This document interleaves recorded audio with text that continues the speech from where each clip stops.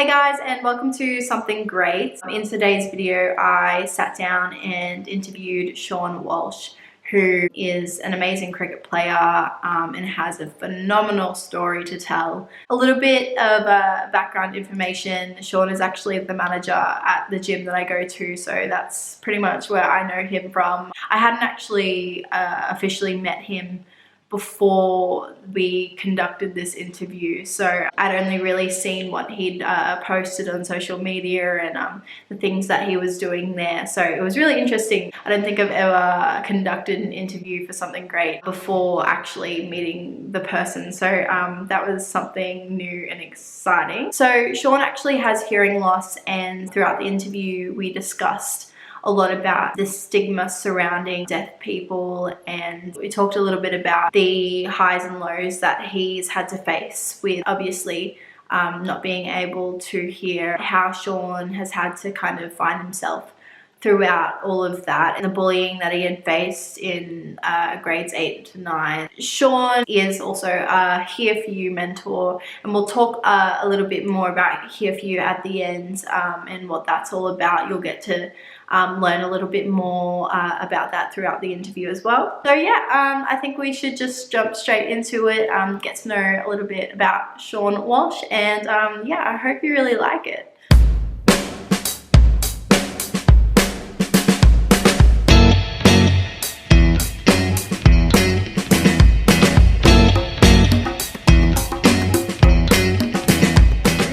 I just wanted to go straight from the beginning. Can you tell me a little bit about yourself, what you do? And obviously, my name's Sean Walsh. I am a gym manager at Snap Fitness at Arana Hills, and also play cricket professionally.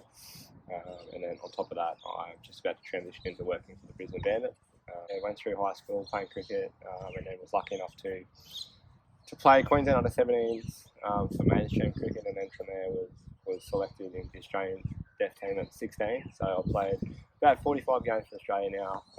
Been lucky enough to go to 5 or 6 different continents and really be able to live out a childhood dream, and I suppose make a positive of a negative situation of losing my hearing.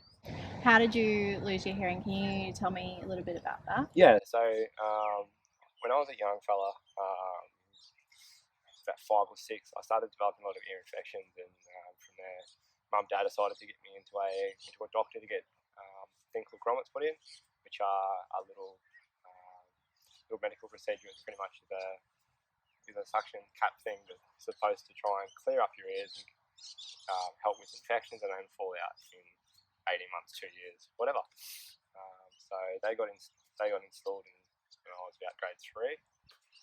And unfortunately the procedure went wrong, and the grommets actually went backwards into my ear, blew out my eardrum, my right ear.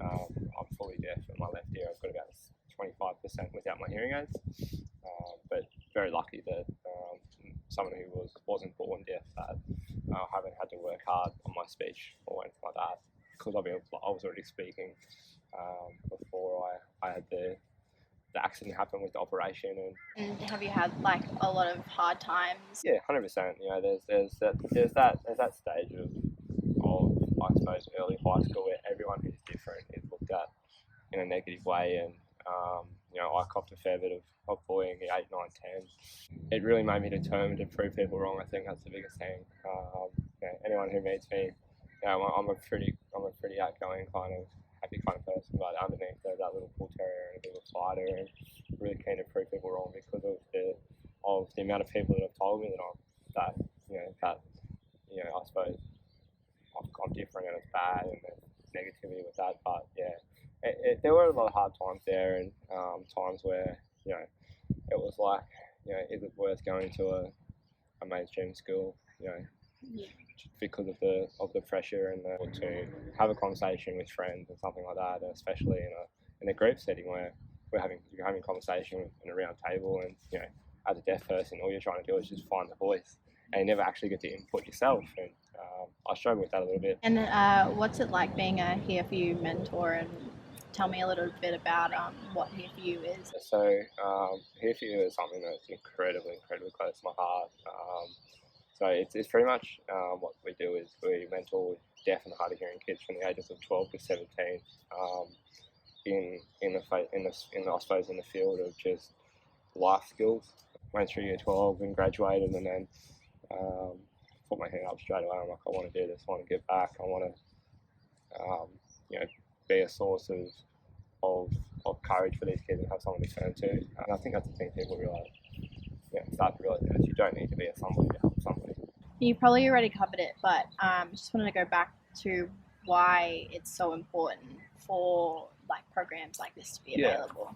100%. I think the biggest thing with the program for being through it and now being on the other side is that it just gives kids a community, a deaf community, and more than that, just knowledge and wisdom about how you navigate the world with what we've got. Only people who can really give accurate, I suppose, really accurate advice on what to do as a deaf kid going through high school and transitioning out are deaf people who've been through it themselves.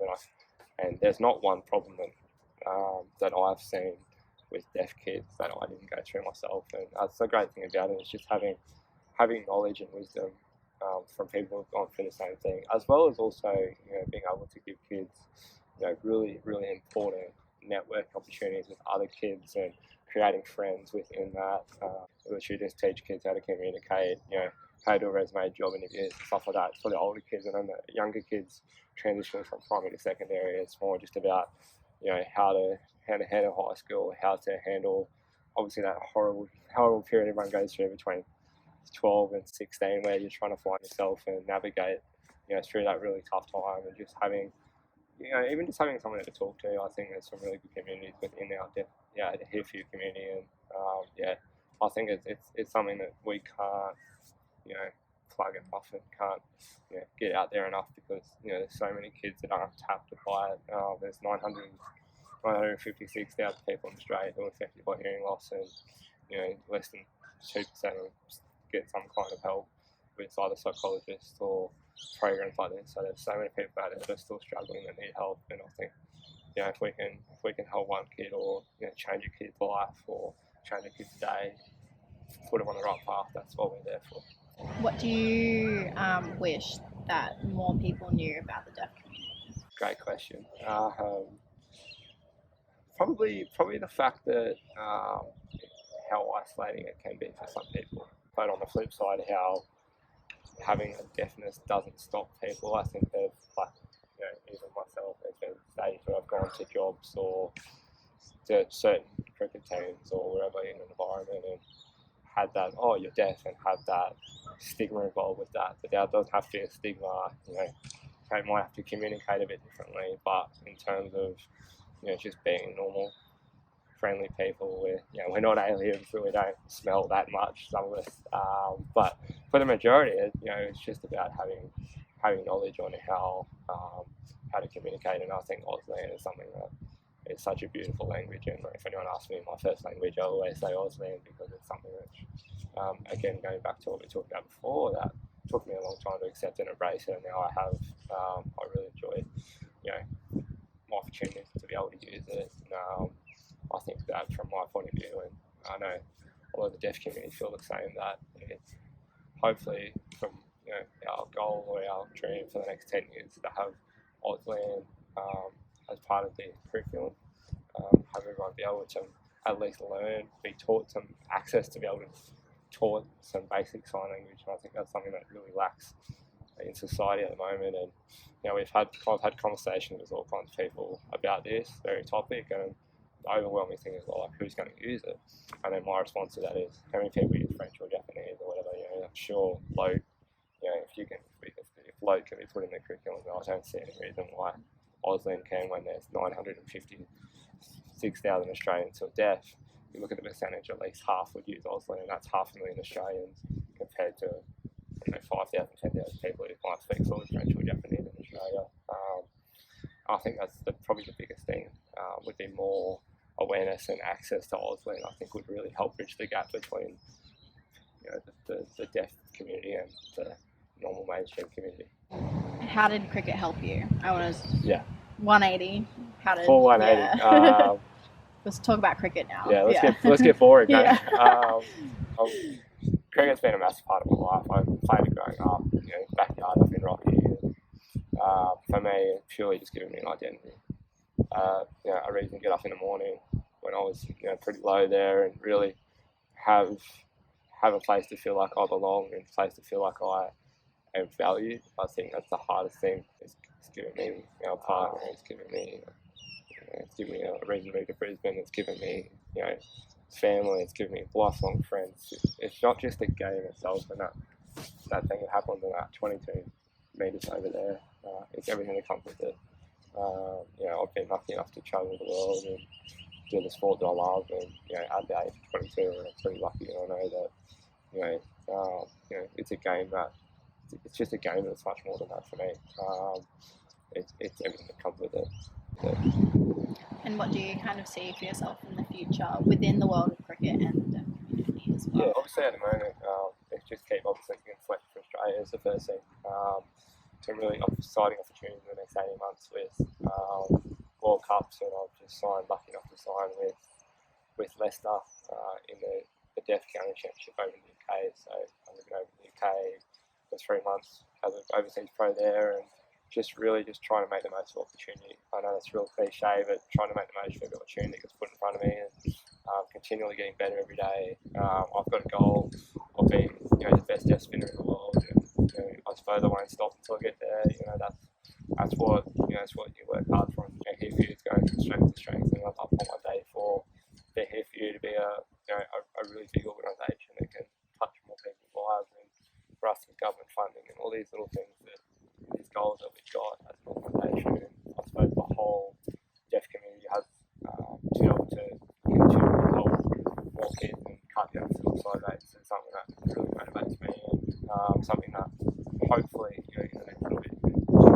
So this interview with Sean is probably one of my favourite ones that I've done for Something Great so far. I think that Sean is such a passionate and driven person, and the fact that he turned something so negative and unwarranted into something positive, and that he wants to be a mentor for people who are going through the same struggles that he did, and help them find their way throughout all of that as well is absolutely inspiring and absolutely something great. I do encourage everyone to have a look at Here For You, check out the awesome stuff that they're doing. Having a disability, no matter what it is absolutely hard. Anyone who's had one will tell you that they've struggled in one way or another.